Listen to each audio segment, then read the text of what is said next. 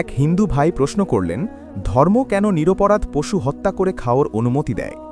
হিন্দু ধর্মে এটি নিষিদ্ধ, কিন্তু ইসলামে কেন উৎসব করে পশু জবাই করা হয়? উত্তরে ডাক্তার জাকির নায়েক বলেন, ইসলামে মাংস খাওয়া বাধ্যতামূলক নয়, তবে অনুমোদিত। তিনি বিজ্ঞানের উদাহরণ দিয়ে বলেন, তৃণভোজী প্রাণীর দাঁত চ্যাপ্টা, মাংসাশী প্রাণীর দাঁত সূচালো, কিন্তু মানুষের দাঁত চ্যাপ্টা ও সূচালো উভয় প্রকারের। আল্লাহ যদি চাইতেন আমরা শুধুই শাকসবজি খাই, তবে তিনি আমাদের মাংস ছিঁড়ে খাওয়ার দাঁত ও পরিপাকতন্ত্র কেন দিলেন?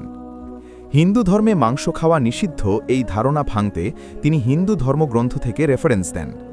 মনুস্মৃতি অধ্যায় 5, ঈশ্বর কাউকে খাদক এবং কাউকে খাদ্য হিসাবে সৃষ্টি করেছেন, তাই খাদ্য হিসাবে নির্ধারিত প্রাণীকে খেলে কোনো পাপ নেই।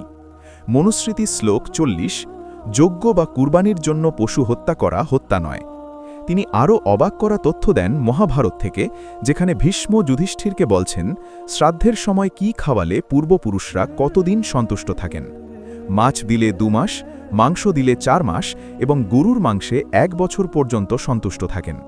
অর্থাৎ বিজ্ঞান এবং ধর্মগ্রন্থ উভয় মতেই মানুষের জন্য মাংস খাওয়া বৈধ। আপনার কি মতামত? কমেন্টে জানান।